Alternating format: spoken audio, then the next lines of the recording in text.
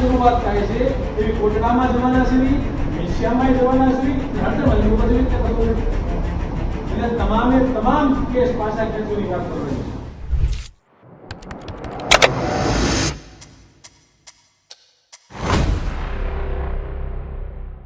નમસ્કાર, વીટીવી પંચાયતમાં આપનું સ્વાગત છે. પાટીદાર સમાજ, ક્ષત્રિય સમાજ બાદ હવે કોળી સમાજ પર થયેલા કેસો પાછા ખેંચવા માટે મેદાને ઉતર્યો છે.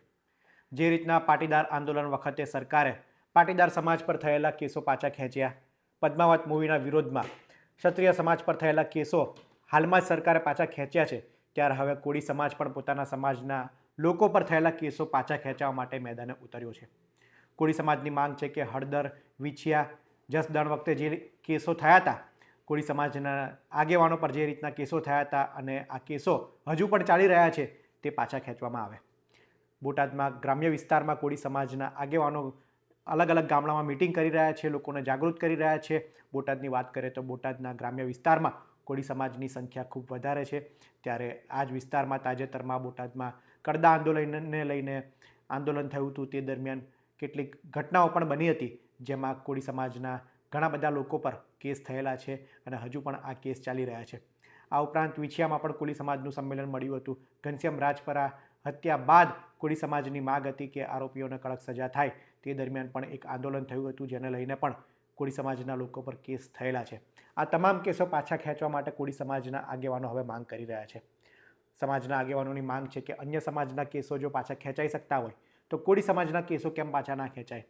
આને લઈને હવે સ્થાનિક સ્વરાજ્યની ચૂંટણી પહેલાં કોળી સમાજ માંગ કરી રહ્યો છે કે અમારા સમાજ પર થયેલા કેસો પણ સરકાર સત્વરે પાછા ખેંચે. સાંભળીએ કોળી આગેવાનોએ શું કહ્યું. ભાઈ, આજે તમારા ગામની અંદર એટલે કે લાઠીમાં આવવાનો મુદ્દો શું તમે જોયો?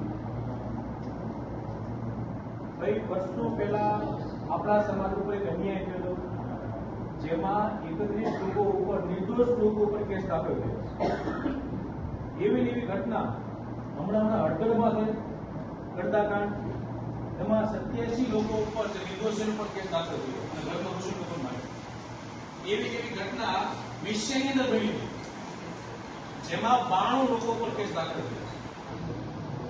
અને એવી ઘટના મહુવાની બાજુમાં ઊંચા કોટડા જે કહેવાય છે ને, કોટડા, ત્યાં ઘટના બની હતી. ત્યાં 105 લોકો પર કેસ દાખલ થયો.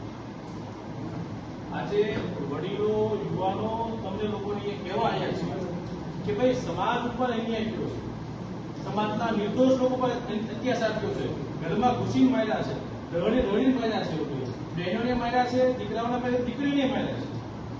હવે તમે વિચારો, 2016-17ની અંદર પાટીદાર સમાજનું આંદોલન થયું, હજારો કેસ પાછા ખેંચી લીધા. આજે આજનો જ દાખલો, ક્ષત્રિય સમાજના કેસ દાખલ કર્યા, કોળી સમાજના કેસ કેમ પાછા ખેંચી? આજે તમારી પાસે આવવાનું કારણ શું તમને કહી દઉં કે લાઠીની અંદર જે અત્યાચાર થયો છે, જે કેસ દાખલ થયા છે, હવે સરકારને આપણે બે હાથ જોડી વિનંતી કરવાની છે, એને આવેદનપત્ર આપવાનું છે કે ભાઈ, લાઠી ઉપર નિર્દોષ લોકો ઉપર જે કેસ દાખલ થયા છે, કેસ પાછા ખેંચો. કેસ પાછા ખેંચવાની માંગ સાથે કોળી સમાજે રણનીતિ પણ બનાવી દીધી છે. સામાજિક, રાજકીય અને ધાર્મિક આગેવાનો આગળ આવશે, સરકારને આવેદનપત્ર પાઠવવામાં આવશે અને સત્વરે કેસ પાછા ખેંચાય તે માંગ કરવામાં આવશે. સરકાર પર પ્રેશર લાવવાની એક પ્રકારની આ તકનીક છે, ત્યારે હવે આગામી સમયમાં સરકાર આ મામલે શું નિર્ણય લે છે.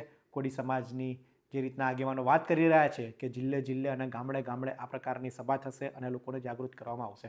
સ્થાનિક સ્વરાજ્યની ચૂંટણીમાં આની શું અસર થાય છે, સરકાર શું અન્ય સમાજની જેમ કોળી સમાજના કેસો પણ પાછા ખેંચે છે કે કેમ, તે જોવું રહ્યું. આ અંગે આપનું શું માનવું છે તેમને કોમેન્ટમાં જરૂર જણાવશો. આવા જ ઇન્ફોર્મેટિવ વિડીયો માટે વીટીવી પંચાયત જોતા રહો. ધન્યવાદ.